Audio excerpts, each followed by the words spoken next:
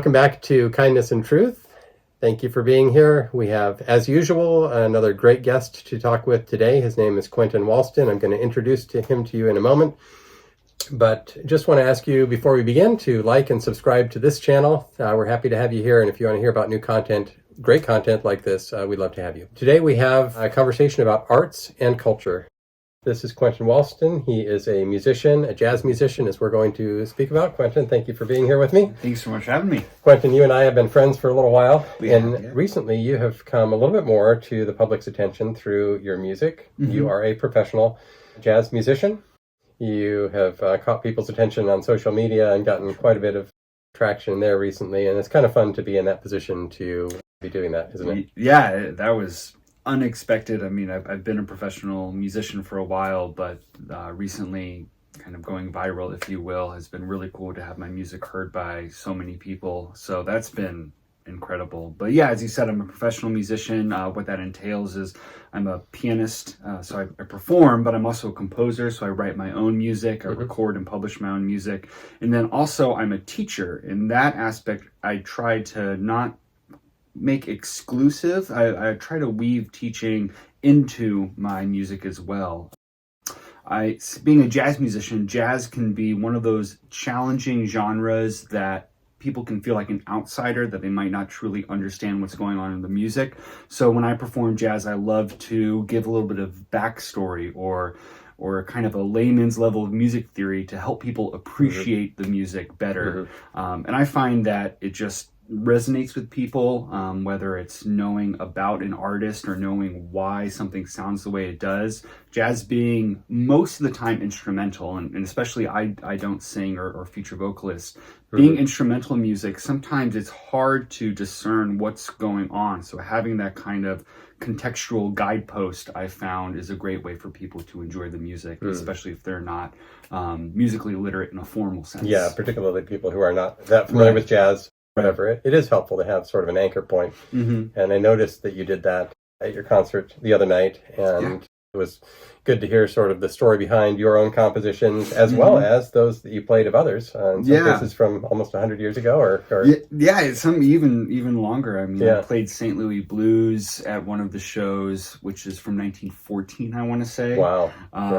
And a lot of this, I don't want to say I fell into it, but I kind of pursued it to really grab a kind of a mastery over different styles of jazz, because I've been really interested in, for instance, early style of jazz piano since I was a teenager, but you don't really become well versed in that unless you pursue it. So I found through really listening to artists that I like and trying to kind of reverse engineer what I hear, I found not only can I explain it well because I've spent that time kind of researching it and immersing myself in it, but also I found the ability to not necessarily mimic, but definitely play in the style of some of these players. So if I bring up Errol Garner, a popular jazz pianist from the 50s and 60s, I can kind of do some of his key figures as a way to bring about what he would sound like. So it's really fun. I do a lot of history of jazz seminars and concerts on a regular basis, so I'm well versed and love sharing it. Well, I want to come back to jazz in a couple of minutes, but first I want to kind of pull back because more broadly, we've spoken before about these things, and one of the things that we've talked about is the intersection of arts and ideas and culture and life. Essentially, because the arts are, some people, of course, if you're a creative person or an artist, you kind of get it. You understand satisfaction that comes from expressing something through artistic means, either visual or musical or vocal or whatever. But let's have just to talk about that for a minute, because you've been in this world for a while. I've been in the creative world and appreciating as an artist in various ways too. But what is it about the arts that is valuable to the world, and why? What's its importance beyond the mere joy of creation or the joy of expression? That's an excellent question. I know I can definitely answer from my own experience, I know I've had for a really long time just a desire to create, just something about myself. I just want to create, and I have that strong motivation. So perhaps that's humanity wide. But what I found, especially as I've pursued my faith more, is that it's almost a reflection, or perhaps a better way to say it is a reflection of God, the person that bestowed his image upon us. So I found that framing it that way also helps my motivations to create as well, because I've been creative since I've professed faith in Christ and before that. And I found that before that, a lot of times I'd have very selfish motivations about why I want to create, whether that's so that people will think I'm brilliant or great, or so I can have fame and success, all these things. We never get away from our pride, do we? Right. Yeah. But I think that only breeds envy and spite and a deep unsatisfaction. But when we frame it in the way of, oh, I'm creating because I'm reflecting someone that is more creative, or the ultimate creator, I find more joy and more freedom to create a way that I'm communicating what's special about him, not special about me. So that shift in thinking has been so integral to my experience as a creator, and then also just my day-to-day experience in my faith and my family, just being able to kind of look outside of myself. So that's been really a way that I've considered creativity in creation. So. Well, and so you reference, and people not familiar with you do reference your Christian faith, your faith, and you mean by that Christian faith, and you also reference, you mentioned, or you alluded to Genesis 1:27, which says, in the image of God he created him, meaning the man, and male and female he created them, meaning that we, men and women, are created somehow in the image of God. And I think it's clear from the context that it's not how we look, because Bible's quite clear that God is spirit, and those who worship him must worship in spirit and truth. So there's something about that image that we believe we reflect something about God. In a special way that the other animals with which we share things in common, biology and so forth, do not have. And I agree with you that the creative things, because God, the creator, has generously given us some of that ability to take joy in creating things. So, absolutely. Right? Yeah, and I think I love that you brought up that verse about we're created in his image, and I think that applies to, I mean, whatever we do, and actually we're charged by scripture to whatever we do it in thankfulness to God, and I think that being creative allows that. If you're being creative in kind of a spiritual fellowship with God, then you can fulfill that scripture. Because what I used to struggle with was trying to divide it. Like, okay, I can be worshipful and faithful when I do my church and my prayer and my small group, but then I have my job and I need to figure out how to be successful as an artist. Right. But that isn't a biblical understanding of what we should do. And so I did wrestle with this. It's not like as soon as I became a Christian, everything was clear. I don't know anyone that everything is just immediately clear in all theological things. But I was kind of deeply troubled for a while about how can I be a Christian and then also creative, and is me being creative a form of self-exaltation? And is me trying to pursue the arts being overly ambitious? Because there's a lot of verses in the Bible that warn against ambition. So I was relating these, and someone recommended the book Things of Earth by Joe Rigney, and it really broke down this idea that if you are celebrating creation as a way of celebrating God, not celebrating creation as its own entity, as its own divine being or anything like that, but you can celebrate and learn more about God and love God through what he's created. It's almost like he's communicating himself through what he's worked, what he's made. Then that is a wonderful way of celebrating and growing closer to him. So once I had that understanding, I was like, wow, like I can be worshipful in my art. So that's what I've really sought to do, and I think it just ties in so beautifully with that idea that we're reflecting him. We're creative because he's creative. I don't know if this is a rabbit trail, and if we have to edit it out. But I did a bit of work in sculpture, and I did as a teenager, I was working with a woman who had herself studied under Henry Moore, the sculptor. And she made her living in large part sculpting busts of people for casting in bronze, so forth, as you do. And so I learned how to do that from her. But of course, as a Christian, when you're doing that sort of thing, in your mind is always the verse about the prohibition against creating a graven image. Right. And the reason I bring it up is because what you just said about creating something for worship or worshiping your art versus worshiping God with your art. I think it has some bearing on that, but I don't know if you've ever thought about that particular thing. Absolutely. I absolutely have. I've noticed a lot of musicians, not only in jazz, do have kind of an unhealthy worship of the masters. So, and for me, I think a lot of my personality has kind of shied away from that in general, but I think the more I dig into it theologically, I do think that it is problematic to exalt the artist. So whether or the art, or the art. Well, the art. I mean, you do want to admire good art, of course. Right, you want to admire good art, but like, I don't want to drop any specific names. But in jazz, there have been some amazing jazz musicians that have been terrible fathers, terrible husbands, just morally reprehensible it's people. all across the creative. Right, yeah. And I was always confused when those people were elevated as gods. And I think it still happens today. So I think there absolutely is a pitfall. I don't think the theology of creativity is okay because it reflects God is just a blank check to exalt anyone. Right.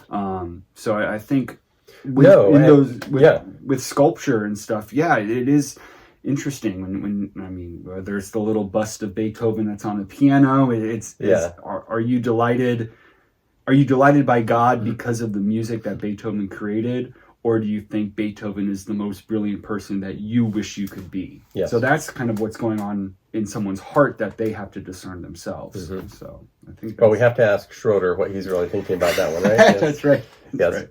Well, that's good. Well, that was an interesting rabbit trail. But, we talk about that more maybe in future and unpack that. There's probably much more to unpack in that as there is with much of Scripture.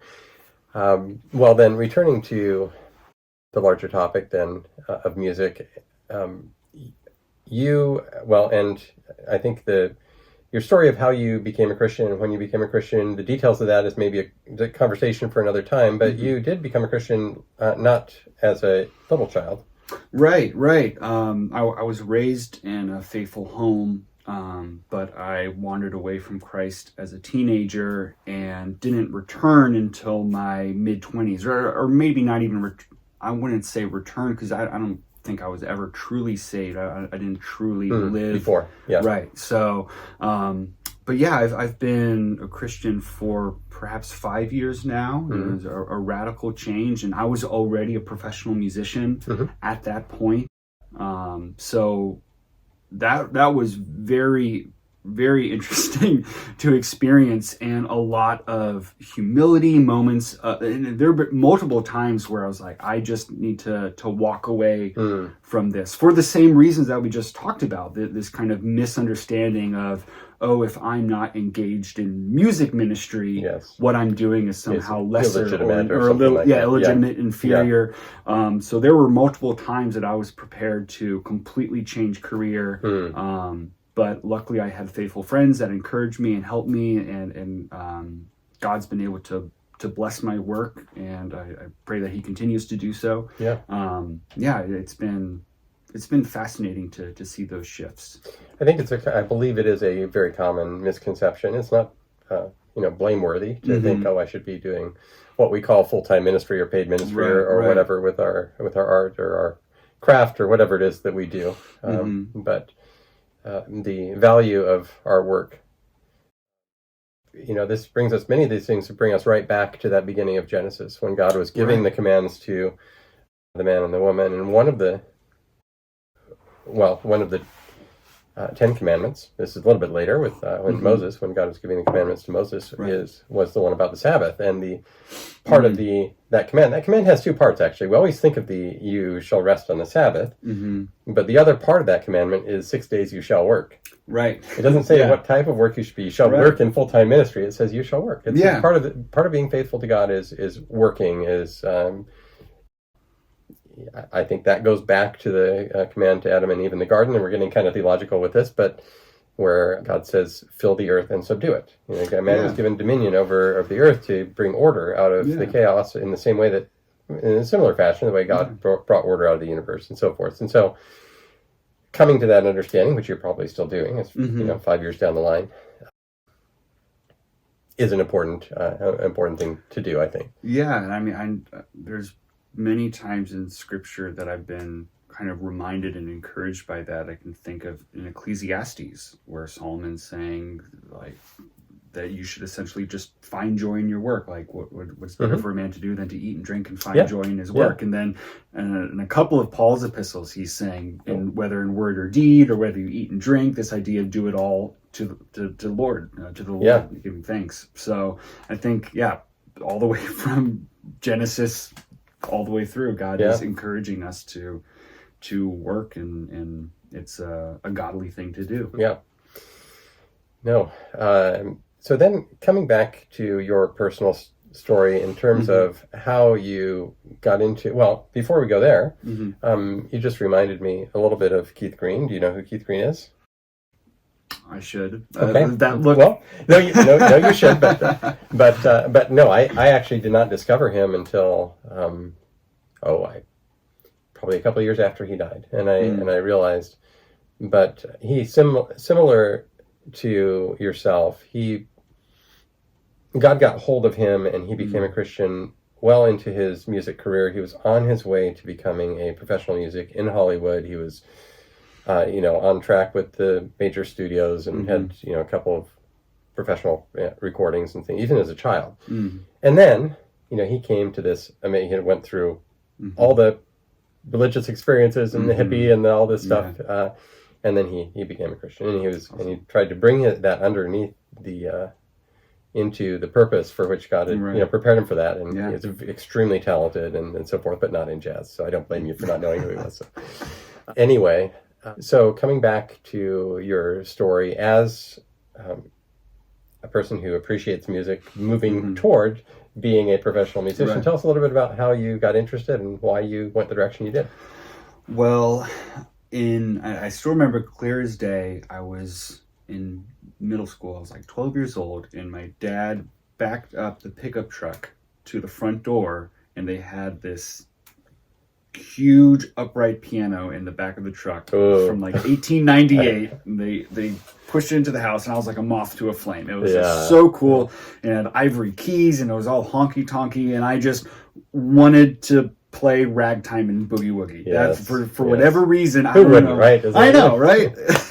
I don't know, like at what point that kind of germ of interest was planted for specifically that genre. But I just thought, if you could play like Scott Joplin and boogie woogie, that's like the coolest sound ever. So I was blessed to have a piano teacher that fostered jazz. Of course, I had to do classical as well, but it can be hard to find a piano teacher, especially not at the college level, that is proficient enough in jazz to really teach it, because there are kind of easy and corny ways to sound jazzy, but to have an authentic jazz sound has to take some expertise. So, but nonetheless, so I was taking piano lessons all throughout school. And then at the same time, this is a kind of a bizarre side story about my music career. I was in a bluegrass band in high school. And I did not play piano. I did not play guitar. All the cool instruments were taken by my friends. So I was left with harmonica, which is cool. That is pretty cool. But it's like bluegrass adjacent. Yes.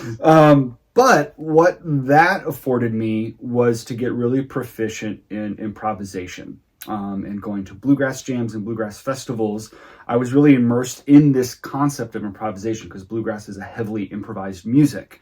Usually in between verses and choruses, people will spend time soloing and improvising. So I had that kind of nurturing going on while I was taking piano lessons in the background. And then it kind of came to a head in 11th grade, I believe. Our bass player, he got really into jazz, and he said, "Hey, can you accompany me on this standard?" And it was Autumn Leaves, and I was like, okay, well, I take piano lessons, I can do this. And I look, and it's a lead sheet, and it's the most confusing notation I've ever seen. I'm like, I don't know what this is. So that really kind of challenged me a little bit. Like, I say I love jazz and I can learn how to play ragtime songs, but why can't I play this? So that's when I really started pursuing jazz more deeply, and I was able to use all of that ear training and improvisation that had been brewing in the back from the bluegrass thing, and that kind of fast-tracked me into pursuing jazz. I decided to do that for college. I went to James Madison University, got a bachelor's degree in jazz studies, which is a performance degree. You have to do all the classical theory, all of that. That underlies all of music. It does, yeah. I mean, jazz really... Maybe some Eastern music doesn't really rely so much on that, but yeah. But jazz, for the most part, until you get to modal jazz... Most of jazz was based on it was very theory rich, and it's based on Western classical harmony. So you're using the same rules of chord progressions that Bach was using. So so I pursued that deeply, and I was very aware in college that having a degree just doesn't grant you a music career. Right. Like some fields, the piece of paper is what's really important. Got my paper. Yeah, exactly. So I was very aware that I need to practice. Yeah. So a lot of practice, and my goal was to be able to be full time as soon as I left school. And through God's grace, that's been the case. I've been a full time musician ever since. And yeah, it's been a roller coaster, a wild ride. Being self-employed, things are always kind of shifting and moving in different pursuits here and there. But yeah, I've through God's grace kept my head above water. So you mentioned at the very beginning, near the very beginning, that there are even subcategories within jazz, which I confess I am not familiar with the subcategories. But before we even go there, let's talk for just a moment about what do we mean by jazz? What is it that defines jazz? Yeah. That's almost like, what is art? I think. Sorry to put no, you're fine. I think jazz was easier to define probably in the first 50 years of its existence, roughly 1900 through the mid 50s.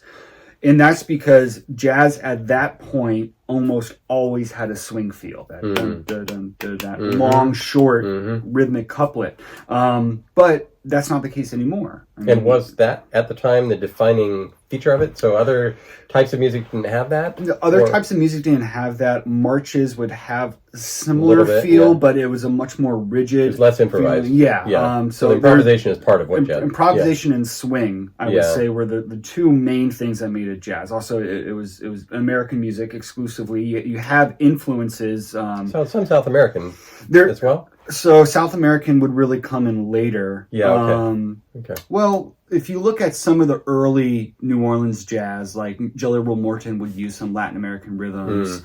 There is a little bit of African influence with call and response and things like that. And ensemble playing, ensemble improvisation or collective improvisation. You had early blues music that's coming up in the Deep South from the Reconstruction period, gospel music, and then Western classical human suffering and human suffering, right? A lot of the spirituals with that melancholy, very lyrical effect to it, and marching band music was popular, a popular influence, small, but it's kind of this, to use a common term, a melting pot. But when I say American, I mean that it really originated in the United States. Yes. Okay. You wouldn't find the same thing happening elsewhere until it was taken there. Like Paris had a big jazz. We exported jazz. Exactly. Yeah. But so jazz had that swing, it had that improvisation, it used concise song forms. So, for instance, you're not going to find a jazz song, especially in the first half of its existence, that has like a grand sonata form or rondo form or symphony form, things like that. Jazz is based on song form. So you'll have 12 measures, 16 measures, 32 measures. So that concise nature also really helped the and then those get repeated, re-improvised, exactly, and you go exactly. through, right? Yeah, okay. So I think when we're trying to define what is jazz, it's easier probably just to recognize certain attributes of jazz rather than give it a very comprehensive definition. What's challenging is jazz keeps evolving, but that's baked into the nature of the music. You see, when you have a music that's based on every single night you should play something new, there's kind of this expectation of the musician to be striving after novelty. You're not just doing the same old thing again. Right, and again, right. Yeah. And then and that's on kind of the micro scale. And then on the macro scale, people are looking for artists to do new things. They don't, for instance, why would I sound like Bill Evans if I can go listen to Bill Evans? Yeah. Or a trumpeter. Yeah, Why would they want to sound need a exactly distinct- like Miles if they want to? If you can go listen to Miles. Yeah. So you have this micro and macro level of trying to be unique in your own playing and then unique compared to the whole genre. So it's not a surprise that the music just keeps changing and shifting in radical ways. I mean, the fusion music of Chick Corea in the 1970s is only like 10 years, 15 years removed from What a Wonderful World by Louis Armstrong. And those share the same banner of jazz. So it's fascinating how far and wide the genre goes. So this may be a naive question, but since you mentioned the constant recreation, and no two performances are the same, how do jazz musicians go about dealing with issues of intellectual property and copyright of a composition? Does it center around the backbone or whatever? How does that work? Yeah, that's a great question. So usually a copyright can apply, or the intellectual property can apply to the composition, meaning the identity of the song, the melody, The core. Right, the core, or you can copyright the actual sound recording. The performance, the recording. So yes. that kind of gets into music publishing. But as far as if we just talk about the intellectual property of the song itself, the composition itself, it's really the melody that you're putting a stamp on, because you can't copyright a chord progression, because as soon as you do that, you run into, you can always find someone. Exactly. I mean, Bach was doing stuff that jazz musicians do. And I'm sure that he found inspiration from Purcell or Couperin or all those guys before him. So jazz musicians have exploited that fact, though. There's a type of jazz composition that's called a contrafact, where you take a popular song, you strip it of its melody, so now you're just left with the chords, and you can't copyright the chords, and then they put a new melody on top. And this was something that bebop musicians did a lot in the 1940s and 50s. I think for multiple reasons. One is they could solo on their favorite songs and record their favorite songs without having to worry about copyright. But I think more so it was a way of exploring the new melodic vocabulary of bebop that they were inventing. So bebop is very angular, very technically demanding, often very fast. And the melodies this of will mean something to some of our viewers, but nothing to others. It's really, really fast and hard. And usually you'll hear that the melodies, the part that's already composed in a bebop composition, sounds a lot like the solos themselves. Whereas if you take a song like Somewhere Over the Rainbow, that melody is super duper identifiable, and then you start soloing and the solo sounds different because you're just making up new material. But the bebop songs is almost a seamless transition. Like, oh, here's this really cool thing. Is that improvised? That's really fast. That sounds like the solo. So I think they use contrafacts almost as a way to work out these new ideas. So, and if you think about it in that way, that frees us jazz musicians up to use them almost as composition freely aids. as you want. Yeah, As freely as almost you a want. mnemonic or something like that. Yeah. It's kind of like if you're going to write a sonnet, that's a poem. You can write about whatever you want. It just has to stick to a certain structure. So or a country song. It's about your dog or your stuff. That's right. Yeah, pick up truck and your wife Start needs here you. and then go forward. Right? Yeah. So, but that I know that's diving deep into the weeds. But essentially, jazz is. In a traditional sense, if you're not looking at, there's some avant-garde stuff out there, of course, but usually you have a chord progression that is fixed. So if I'm going to play All the Things You Are, it always starts with a measure of F minor, always goes to a measure of B flat minor. And that happens because that's the chord progression that's associated with the melody. But then once people start improvising, they keep that chord progression fixed and just start making up a new melody on top. I like the analogy of if you were singing karaoke or singing along to a song in the car, you can start making up new lyrics, but the song underneath doesn't change at all. So jazz improvisation is like that. You're making up something new on top of a fixed structure. And you already mentioned before, that structure is on repeat. And that's how jazz musicians know where one another is. I want to move over to the piano here in a second. But before we do, does ragtime sort of that built into jazz? Does that have a sort of foundational part of it? And then you mentioned bebop, that came later, but how does that fit together? When I was listing all the influences to jazz, ragtime would be a precursor. Right. When we talked about kind of those trademarks of jazz, swing and improvisation, ragtime actually doesn't have either one. So ragtime has what we would call straight eighth notes. The small units, the small rhythmic units are precise, they're even. And then it doesn't have improvisation. And what's fascinating is though Scott Joplin didn't record his music on phonograph records, he made piano rolls, which is kind of the predecessor. Those are for the player pianos that play themselves. And basically someone would play into a master instrument that would generate this piano roll. So though it's not capturing the sound wave, it still captures the notes that he played, the intensity with which he played them, and so on and so forth. So we can listen back to Scott Joplin play his own music, and it's strikingly similar to his sheet music that he published. Meaning he didn't improvise; he might have embellished. You can hear through those. So you can hear that. He's not taking extended solos. Now there were some people that bridged the gap. Willie the Lion Smith and U.B. Blake definitely took it from ragtime to jazz, and it's kind of hard to tell at times. But ragtime in its strict form would be a predecessor to jazz. Okay. Yeah. Good. Super cool.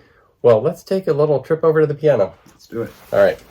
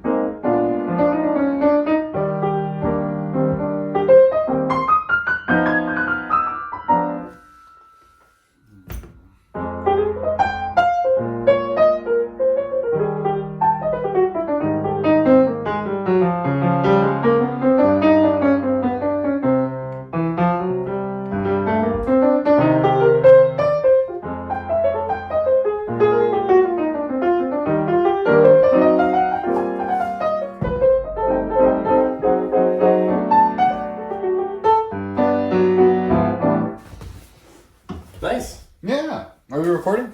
We are. Hey. So here we are at the piano, and of course, what would a discussion of music be without some music. That's right. You were just playing something on the piano? I was playing Night and Day, and then I switched to All the Things You Are. Both are staples of the Great American Songbook. So. By Great American Songbook, you mean?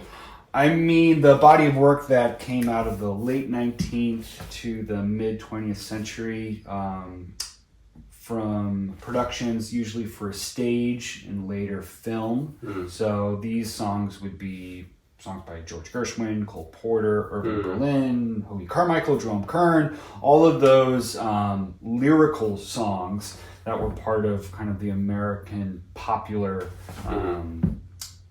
style. And jazz musicians would take these songs because they were recognizable and popular, but I think more so because they're just beautifully crafted songs. They have amazing harmonies and melodies, and they could be used as just templates for embellishment, templates for brilliant improvisation.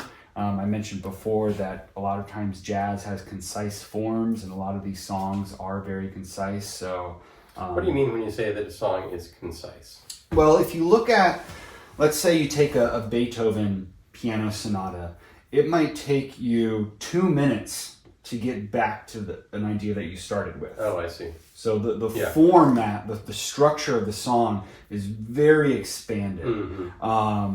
Whereas a jazz song, it's usually multiples of 4. So you'll have an A section that's just 8 measures long, and then that repeats. And then you have a B section that's 8 measures long. So the musical phrases, the building blocks, are shorter and I think more digestible. So that makes it easier for the listener. I think it makes it easier for the sake of improvisation. When you have a shorter kind of structure, you know where you are a little bit better. And I think that's ultimately one of the reasons that fewer jazz musicians use classical songs as templates for their arrangements. You do hear them. Cyrus Chestnut, for instance, did, what is it? That Mozart piano sonata, he did a jazz arrangement of it. Oh, he did? Yeah. But normally classical songs are a little bit harder to do because they have such long forms. So tell us and share something that you want to play or show something musically or. I love Night and Day. That was a Cole Porter classic. He does this thing where he starts in a minor key and you think it's going to be dark and minor, and then just switches to brightens up. Yeah.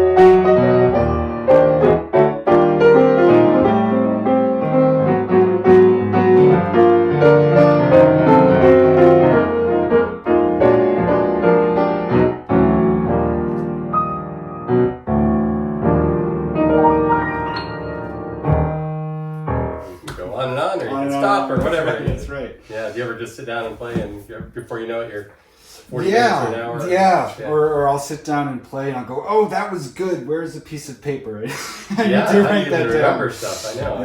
Yeah. I think that's probably one of the chief ways that I compose is just playing around, and then my ears lead me to something that I think sounds cool. I think usually there is value in discipline of sitting down and saying, okay, I need to figure out a bridge to this song, and I'm just going to work at it until I figure it out. Because you don't want to always just wait around for inspiration to come. I'm sure you're familiar with that as a writer. Sometimes you need to sit down and I'm going to write whether I feel inspired or not. Yeah. That works for composition, but often there's that, and then there's also, I have something, I'm going to remember it later, and you got to later it's like, what was that? Oh yeah. Oh my goodness, That's why. it's gone. That's Yeah. why I have many Yes. little videos of me where I'm driving or something and I'm trying to sing an idea into my phone, Yes. so I don't Yeah, forget. yeah. And then I don't have a good singing voice, so then I have to go back and transcribe it and go, I think I was trying to come across with this concept. Yeah. But yeah, I have an album coming out in April that has, I believe, 6 originals. So I'm really excited to share those. And those, a lot of those just were kind of ideas that came about when I was just kind of playing around.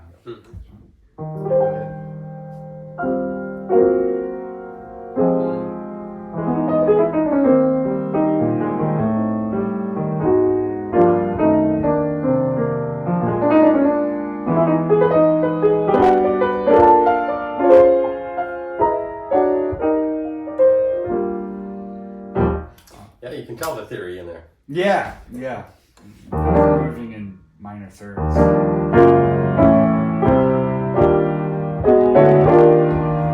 That is chromatic planing.